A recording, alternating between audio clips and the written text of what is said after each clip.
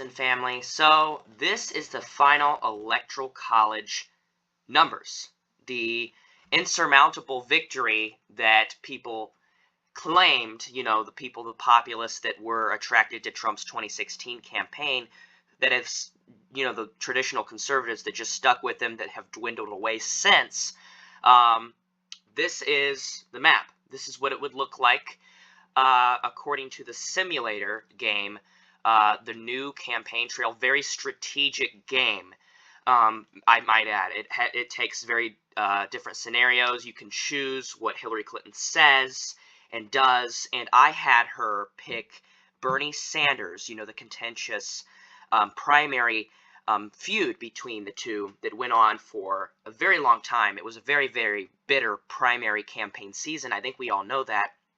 This is a scenario where instead of picking Tim Kaine from Virginia, she picks Vermont Senator Bernie Sanders from Vermont to try and appeal to some of those populists, a lot of the anti-establishment Democrats. And Hillary Clinton, I believe, is an anti-establishment Democrat. She's very, very progressive. She leans in that scale where she wanted to induce a health care plan in 1996, Hillary Care. She was way ahead of her time. She had her eyes on the presidency for decades, and that, I think, makes her a very resilient, courageous woman. Most likely, in my opinion, and this is a hot take, I think she is probably the most vigilant and focused woman in American politics history ever. She was so close to winning the presidency in 2016. So close. I'm talking 77,000 votes split between Donald Trump and Hillary Clinton, tabulated across these three states: Wisconsin, Michigan, and Pennsylvania. She kind of lost that base, that traditional Democratic, blue-collar, hardworking base in those three states, and that is why she lost the election. That's why. She did great in Virginia. She did great in Colorado. She did great and magnificent in California. She overestimated polling in California. California, at the very end, the polls said that she was up by I think 19%. She ended up winning it by almost 30%. And in this scenario, she wins it by over that, 33%, mostly because of Donald Trump's demagogue, anti-immigrant rhetoric, which really did turn a lot of people off. It was very, very fierce. It was very, very racist. It was very, very ferocious. If I get another text message while I'm doing this video, I swear to God, I'm going to throw this phone as far as I possibly can. Anyways, sorry about that. Here's the map, margins. If you want to know the margins, these states that are in dark blue, right here, this column, indicates that Hillary Clinton in this scenario wins it by over 15%. That hasn't changed. This is the margins. And vice versa with these Republican states. Donald Trump wins these states by 15%. I repeat, 15%. Over 15%. Over 15%. And you see these semi blue and red states right here are won by either Hillary or Trump, respectively, by a margin of 5% to 15%. So it's not going over 15%. It's basically 5% to 14.9%, as you see these states right here, which include Oregon, Nevada, Colorado, New Mexico, Michigan, and Maine's first congressional, and also Delaware. Those are won by Hillary Clinton in this scenario if she would have chosen Bernie Sanders as her nominee in this simulator. And I also had her take some more progressive stances throughout the campaign trail to try and appeal and appease to those, alienated voters who turned to Donald Trump after backing Bernie Sanders. There was a lot of them. And Bernie Sanders knows that Hillary Clinton should have won the presidency. Hillary Clinton, I think, made a grave mistake by not choosing him as her running mate. I think that would have made a huge, impactful difference. And as you can see here, it pretty much lines up with the polling data she wins Michigan by a bigger margin because Bernie Sanders won Michigan unexpectedly in the primary season. Very, very contentious race there. Hillary Clinton was leading by like 16% in the polls, and Bernie Sanders ultimately won that state. That was very, very hard to see. As you can see, Indiana also was a Bernie Sanders state. And they were strongly against Hillary Clinton, which still, as you can see here, it's over 15%. Let's take a look at the real results in 2016. About 19%. It remains about the same.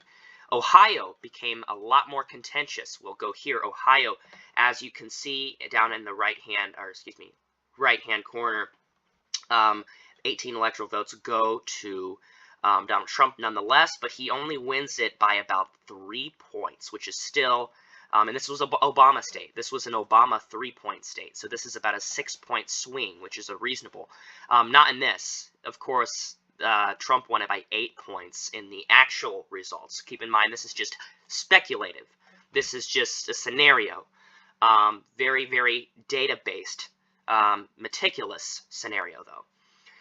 As you can see, Pennsylvania, a state that was won by Donald Trump just by 0.2%. If Bernie Sanders was, according to my calculations and according to my route of campaigning on behalf of Hillary Clinton, because you can play as Hillary Clinton in this game and choose what she says, I believe wholeheartedly she would have won if she would have chosen Bernie Sanders. I believe that. If she would have been swayed by some of, and took for perspective, not be so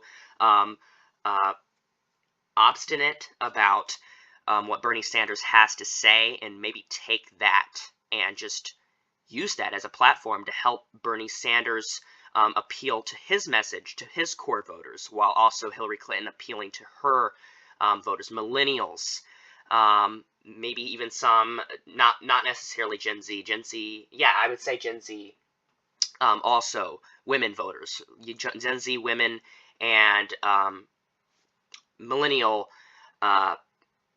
women were the block of Hillary Clinton's campaign, suburban women, but clearly not enough to get her the presidency because a lot of people switched parties.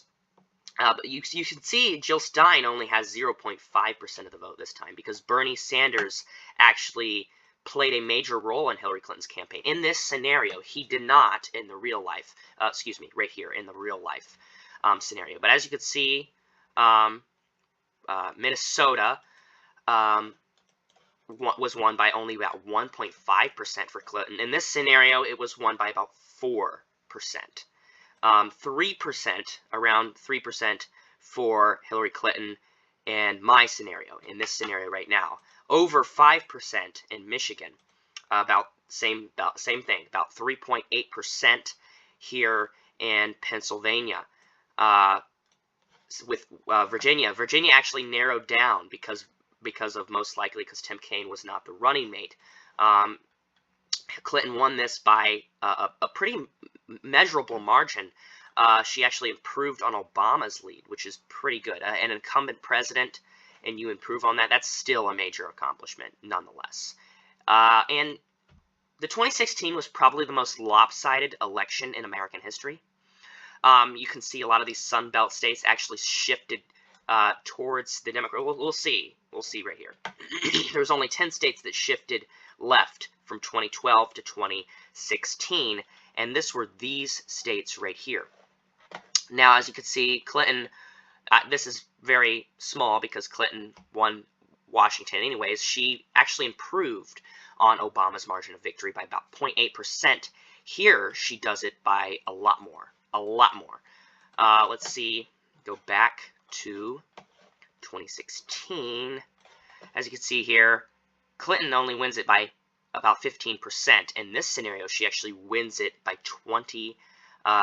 There it is, 20.2% in this scenario. That's a huge margin of victory. That's even larger. That's even larger than Biden's historic victory across the board in many of these states. Like Virginia, for example, Biden overperformed in Virginia significantly. It was the best Democratic performance for a presidential candidate in the state of Virginia since the FDR era. That is significant. And we see the same thing with Georgia. First time a Democrat won that since 2000, or excuse me, since 1992. And same thing with Biden's victory in 2020. First time a Democrat won there since 1996, with actually Hillary Clinton's husband. Imagine that.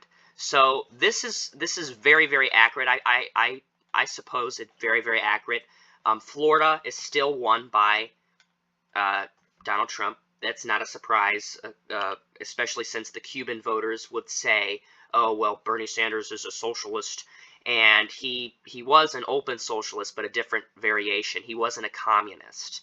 And in Cuba, a lot of people have immigrated here from, in Cuba, are under the impression that Bernie Sanders wants to bring Cuban policies over to America. That is not the case.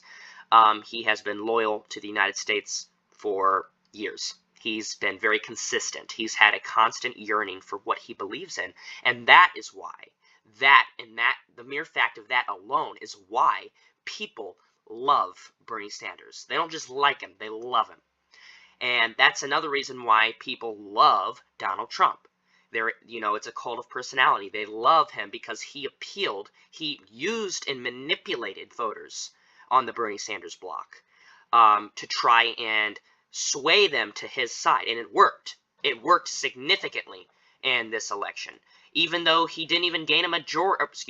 Even though he didn't even gain a majority in here, he lost the popular vote by 3 million votes. 3 million votes, but yet he still won because of how. And that's another thing. I believe the Electoral College should be abolished, because, and a lot of Republicans do too.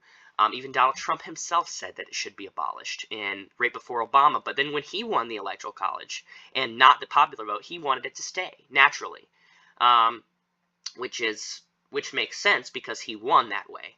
But now that he won the popular vote in the last election in 2024, taking a break from this warped reality election map, he won the popular vote by like 2 million votes. Like it wasn't that much at all.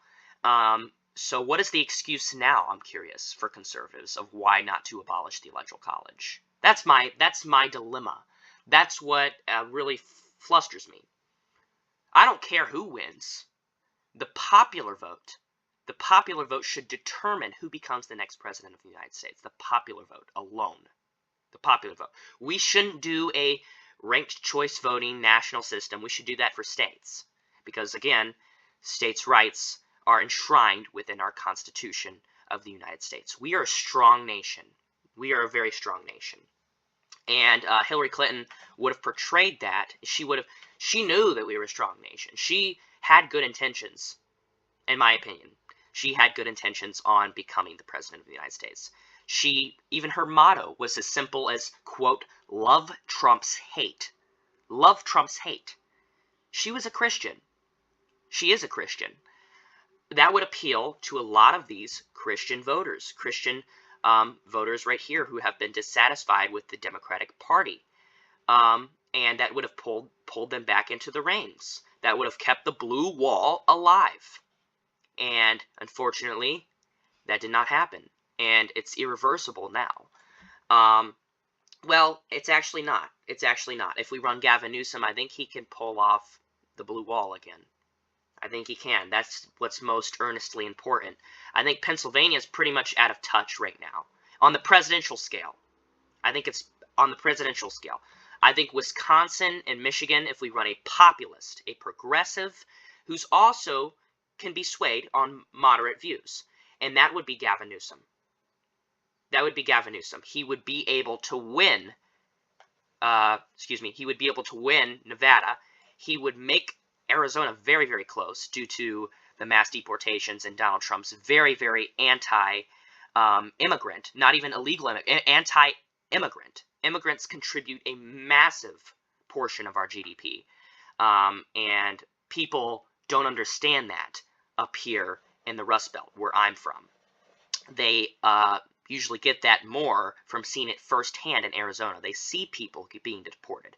They see people being locked in concentration camps, like, for example, what's it called? Alligator Alcatraz. That is so sinister. That, and anybody on both sides can say that. Anybody who's logical and rational and in their right state of mind, that doesn't answer to any political party, can say that that is absolutely detestable. That is inhumane, is what I'm trying to say. And so here you go. Here's the final map. Hillary Clinton wins, surpasses the margin of victory that you need to win in the Electoral College, 270 electoral votes. She has 278 electoral votes. Donald Trump has 260 electoral votes, as you can see, as it's portrayed there. So thank you guys for watching this video, and I will hope to see you guys in the next one. And also, up in these states, the isolationists, the very pro war hawk, people would say they're just going to vote for Trump because they're pro-war. They might as well vote for Trump, and that's why these states all ended up very, very, very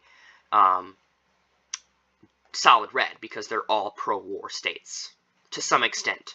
Not necessarily pro, torture and pro like waterboarding and stuff like that, but they are definitely pro not minding their own business. So we'll just keep it at that. And that's another point I wanted to make, just real quick. I wanted to touch on it. Biden, when he was in office, he was sending used military equipment to Ukraine. He was not sending our tax dollars to Ukraine. Period, full stop. He was not. That is a blatant, misleading lie by the far right. That's what that is. He sent used military equipment, and he did that specifically because it can create American-made jobs, building new military equipment. And he used that to defend, so Ukraine can defend themselves against the onslaught that Russia has perpetrated against them. That is not right. A big, huge country with a huge, portion, and Donald Trump wanted to annex Canada. He's just like Putin. He wanted to annex Mexico. And sure, he'll say, oh, he made jokes like this. No, he's impulsive. He's impulsive. He doesn't think before he speaks. And that's what we need to be our next president, whoever it is. Whoever it is. That's who we need. We need somebody who's calm, who's tranquil, who actually runs and honors the duties and the diligence of being the president of the United States, who actually takes it with honor, who actually knows that they have worked their way from the bottom to top. Donald Trump has not. He was at the top at birth. And he stayed at the top, and he will stay at the top for the rest of his life. Period. Thank you guys. See you guys in the next one. Hope you guys have a splendid day. It is very nice out. It's very warm, but it is very, I don't know. Try to enjoy the outside. It's very, very, very important. Drink plenty of water in this hot. A lot of heat advisories. Stay cool, if you know what I mean. Stay cool.